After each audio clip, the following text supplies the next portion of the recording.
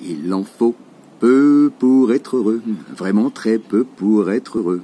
Il faut se satisfaire du nécessaire. Je sais, alors, la semaine dernière, je vous ai raconté les 3 petits cochons. Aujourd'hui, le livre de la jungle. Vous êtes en train de vous dire, Haïm, il est en train de péter un câble.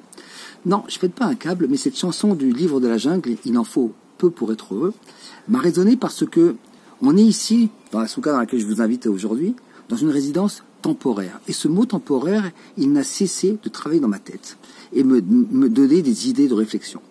Et le plus grand sujet de réflexion sur la temporalité, c'est qu'on n'est pas sur la terre de façon éternelle.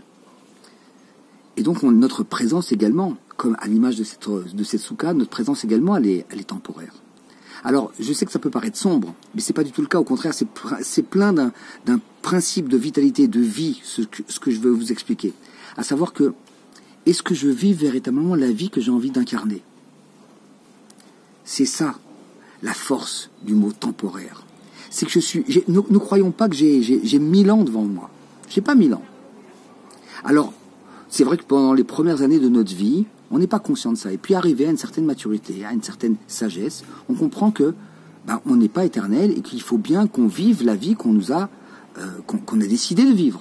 Ou bien qui a été décidé pour ceux qui sont croyants, ou pour ceux qui ne sont pas croyants, au moins penser, est-ce que je vis ma life? Est-ce que je vis vraiment ce que j'ai envie de vivre? Alors, on l'avait déjà fait cet exercice, mais je vais vous le refaire parce qu'il est vraiment de circonstance. Je vais vous demander de réfléchir à 3 domaines de vie dans lesquels vous avez envie d'impulser un changement dans votre vie. Des 3 domaines qui sont pour vous essentiels et pour lesquels vous pensez que vous ne vous investissez pas suffisamment. Alors réfléchissons à ça.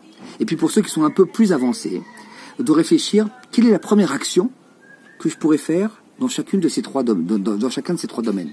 Donc je répète, première étape, quels sont les 3 domaines dans lesquels j'ai envie d'impulser un changement, de grandir, d'évoluer.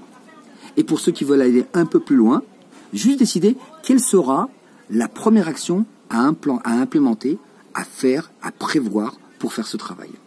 On ne parle pas de se mettre au travail, on parle juste de clarifier, d'avoir cette décision, de savoir que dans ça et dans ça, je vais avancer. Ok, c'est déjà le premier niveau. Mais ensuite, un deuxième niveau, de se dire, dans ce premier niveau-là, ce que je vais faire, c'est ça comme première action. Parce que c'est véritablement une chose importante. Je vous laisse réfléchir à ça, c'est très très important. Parce que c'est comme ça qu'on réussit sa vie. Pour savoir, en lui donnant simplement une direction. Et en sachant quel est le premier pas qui va me permettre de m'y acheminer.